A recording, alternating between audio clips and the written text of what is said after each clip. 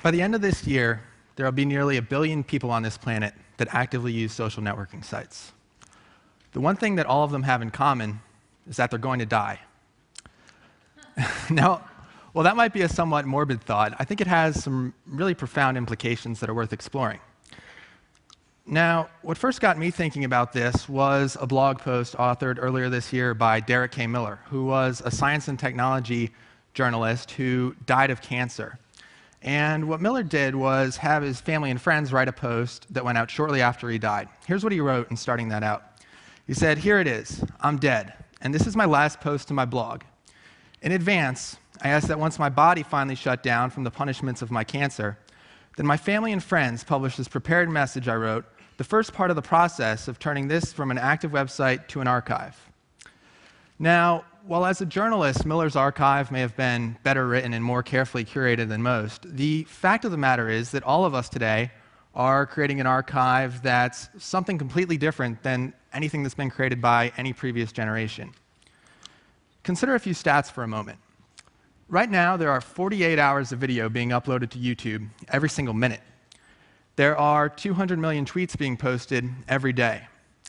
And the average Facebook user is creating 90 pieces of content each month. So when you think about your parents or your grandparents, at best, they may have created some photos or home videos or a diary that lives in a box somewhere. But today, we're all creating this incredibly rich digital archive that's going to live in the cloud indefinitely, years after we're gone. And I think that's going to create some incredibly intriguing opportunities for technologists. Now, to be clear, I'm a journalist and not a technologist, so what I'd like to do briefly is paint a picture of what the present and the future are going to look like. Now, we're already seeing some services that are designed to let us decide what happens to our online profiles and our social media accounts after we die. One of them, actually fittingly enough, found me when I checked into a deli at a restaurant in New York on Foursquare. Hello? Adam, Yeah.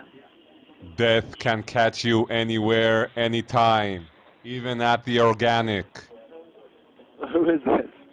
Go to ifidie.net before it's too late. Okay. Kind of creepy, right? So what that service does, quite simply, is let you create a message or a video that can be posted to Facebook after you die. Another service right now is called 1000 Memories, and what this lets you do is create an online tribute to your loved ones, complete with photos and videos and stories that they can post after you die. But what I think comes next is far more interesting. Now, a lot of you are probably familiar with Deb Roy, who back in March demonstrated how he was able to analyze more than 90,000 hours of home video.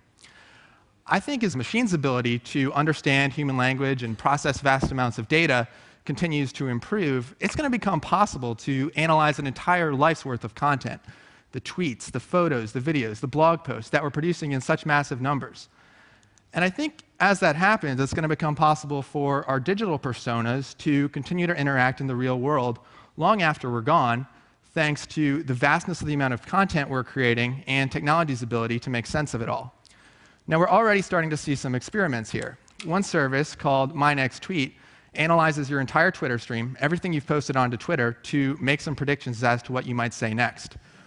Well, right now, as you can see, the results can be somewhat comical. You can imagine what something like this might look like 5, 10, or 20 years from now as our technical capabilities improve. Taking it a step further, MIT's Media Lab is working on robots that can interact more like humans.